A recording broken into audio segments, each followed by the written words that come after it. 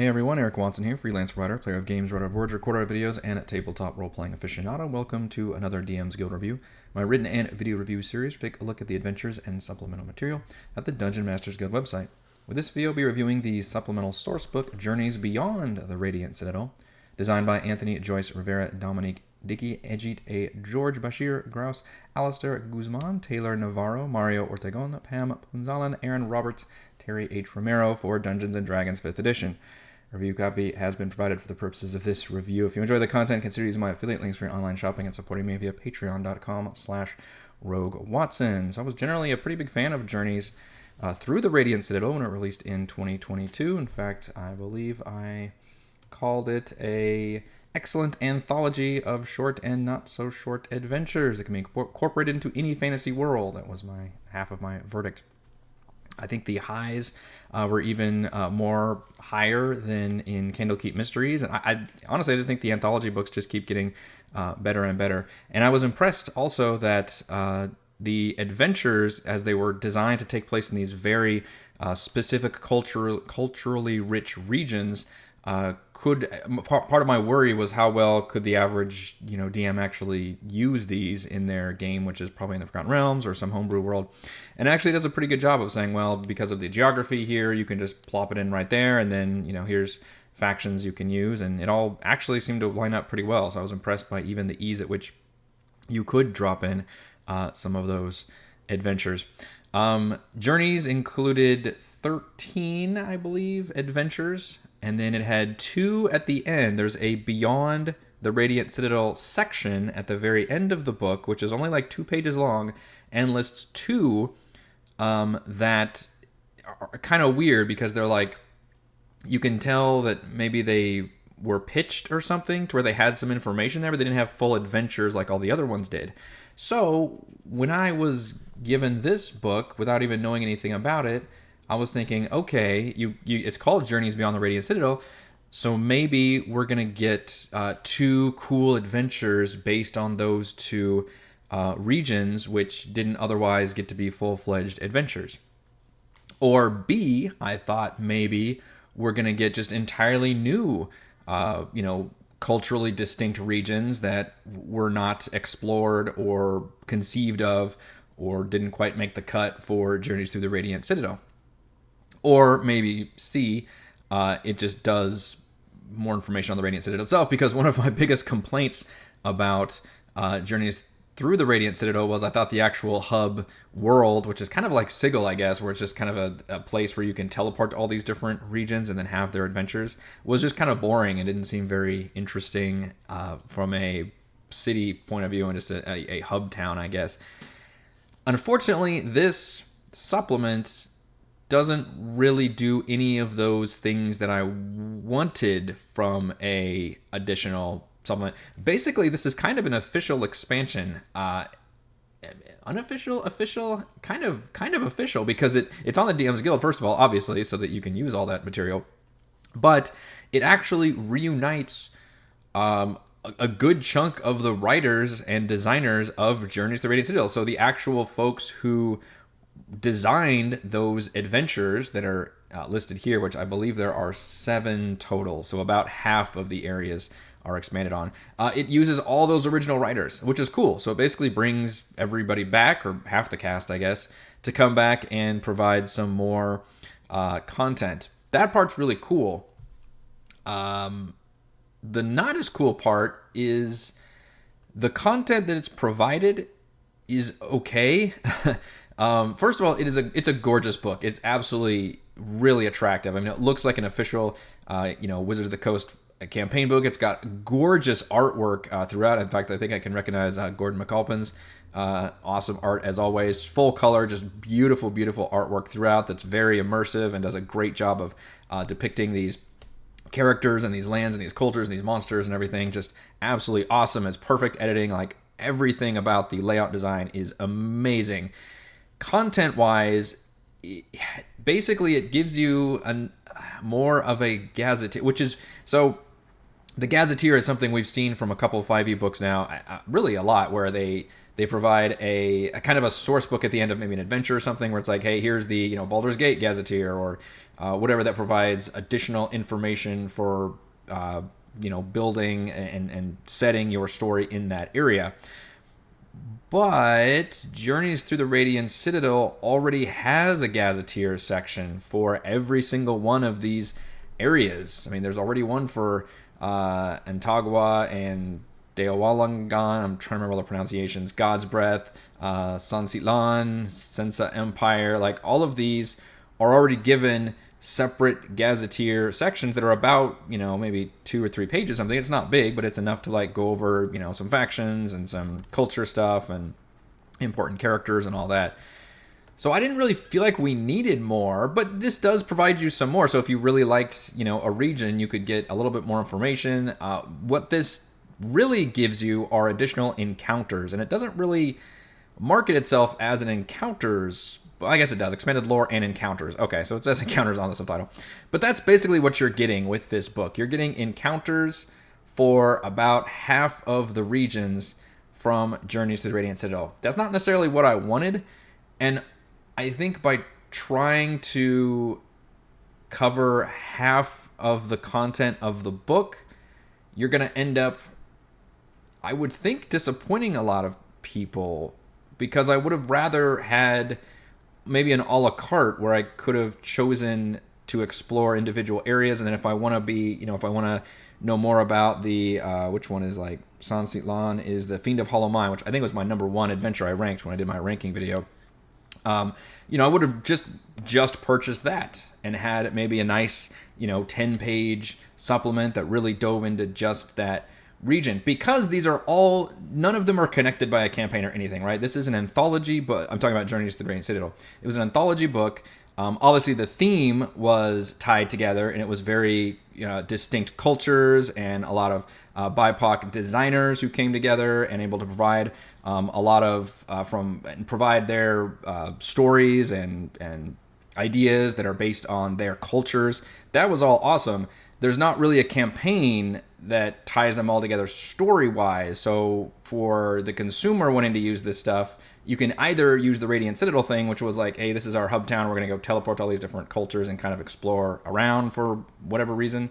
Or what I think is more likely going to happen is you're going to pick and choose kind of the more interesting ones, or the ones that maybe fit your setting better, which is why I think it would be more useful to have those individual options to be able to expand those, the 1 or 2 or whatever that you really liked, and expand those, rather than getting this kind of shorter version. I just feel like it's, from looking at each individual one, because they're so separate from each other, I think it's just less useful content, when I would think most people are only going to need like 1 or maybe 2 of these to actually expand on. And then if you're needing that, then you're going to be like, oh, well, there's only like 2 pages worth of content here. Like, it's not a lot. What's here is really good. I will say that. The stuff that they've included is great. There are over 20 encounters, I believe. And in particular, I want to highlight the one from Sansitlan. I particularly enjoy the, again, Fiend of Hollow Mind, I believe, was my number 1. I really enjoy, I don't know if it's specifically Mexican or just Central American, maybe Colombian culture. I live and grew up in Texas, so it's very much, there's some overlap there, so I'm pretty partial to that. But I really enjoy not only that adventure, but the encounters here are really fun. They specifically point to ones that take place in the city of Sansitlan. There's one about a luchador, like danger or conspiracy or something, where this heroic luchador goes missing, and you have to team up with his protege or sidekick, and you hunt down, and you have to fight these like ogre zombie luchadors. Like, that's just freaking awesome. What a fun idea. And another one is you're going into this like tunnel where this evil person has constructed this, they call it a nightmare vehicle, that's this gross amalgamation of evil, like a demon car type things, and it uses the Basheer stat block, which I thought was really clever, to literally reskin that into this vehicle thing. So that was a really neat idea. So there's some cool encounter ideas here for sure, but all these places are very much tied to their specific areas. So I don't know how well you'd be able to want to use these if you weren't using that particular area. And they're not all encounters. Some of them do provide some other stuff. The God's Breath which I believe is, I don't know, I was going to say African, but obviously Africa is part of like a ton of different cultures, and I don't know which one this is specifically supposed to be. But it provides a new background. I think there's only 2 new backgrounds, I believe. There's the Proclaimer here, and then I believe the Binocat, which from Dalwalangan, which is cool. I like that we get some, and these backgrounds, by the way, are mentioned in Journeys to the Radiant Citadel, so it'll be like the person that you team up with, because they all saddle you with an NPC ally for all these adventures, are typically like of that background, or I almost think it was like a profession in these the context of Journeys. Which is neat that we get those, so that's a kind of a cool addition. Some of them we get little adventure ideas. Here we got Aunt Deli's List, which is another NPC you meet in the, which is God's Breath is the horror one, the one that's the, what's it called? Written in Blood. Yeah, that's also a good one. So I'll just go ahead and go over which ones.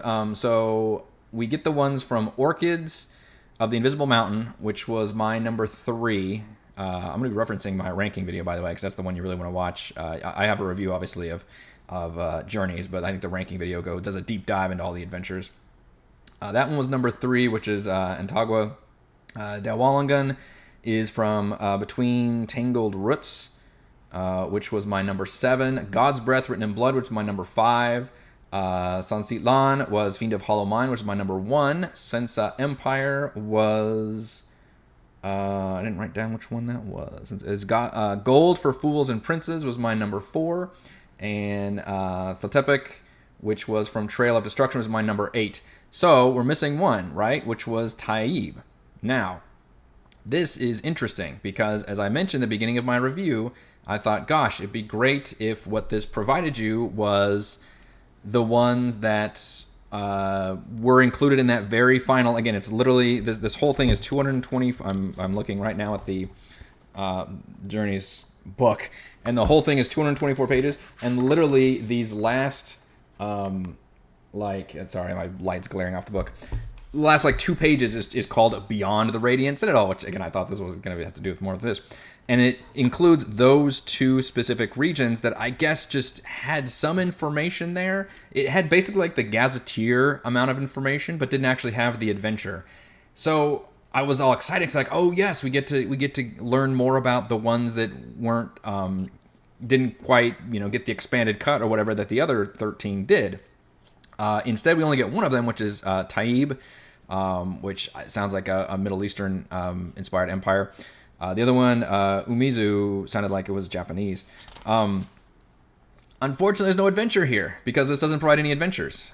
So it kind of gives you just a little bit more, again, of maybe locations and some culture ideas, which are already, again, provided in the book.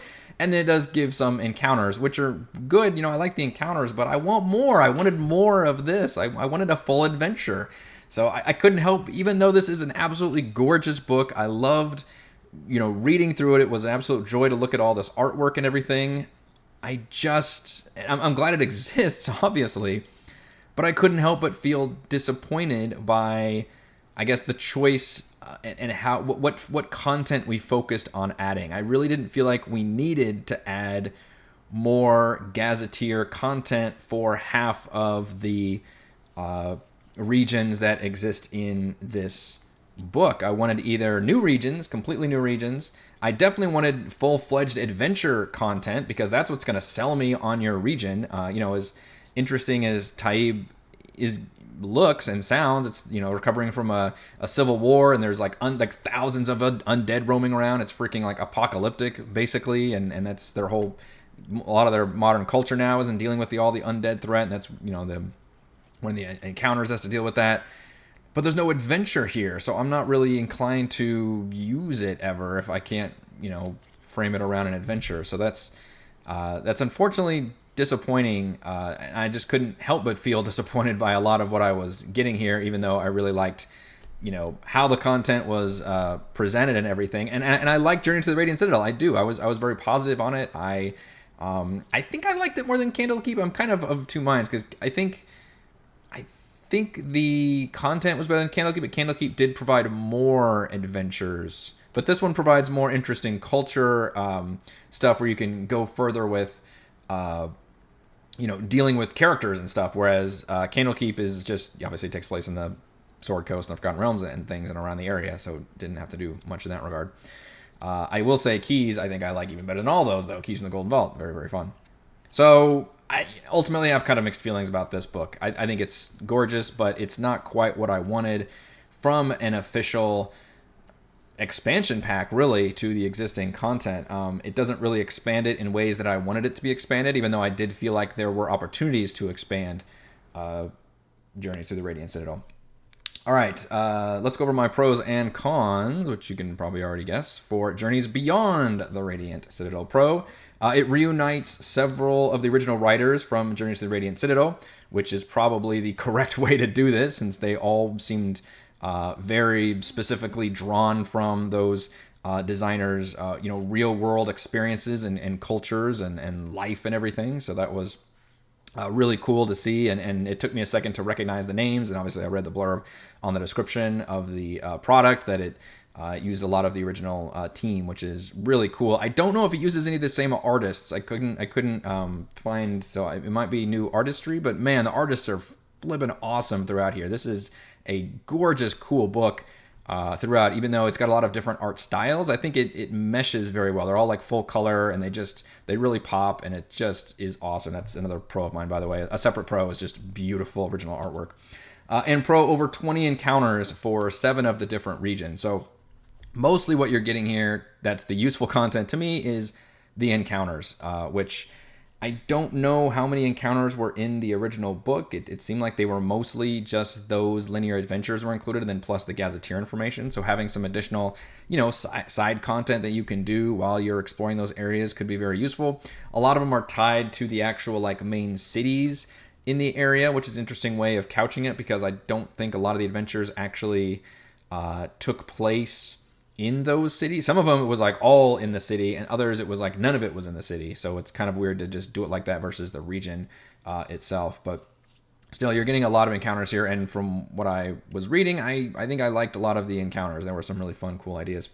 Cons, I kind of just summarized all of basically my disappointment and expectations maybe as a con, is that you're really only getting 3 pages per region. There's only 7 regions. Most of what you're getting is either encounters, which are fine, or a little bit more information of the source book stuff, which is, again, fine, but it's also already kind of available. You're getting a little bit more, but it just feels, I don't want to say nickel and diming, but it kind of just pieces of a whole that I don't think was missing from the first original book. Final verdict, Journeys Beyond the Radiant Citadel slightly expands half the regions from the official book, but doesn't go far enough in providing additional content. See, with the beyond and the far enough. Yeah, okay.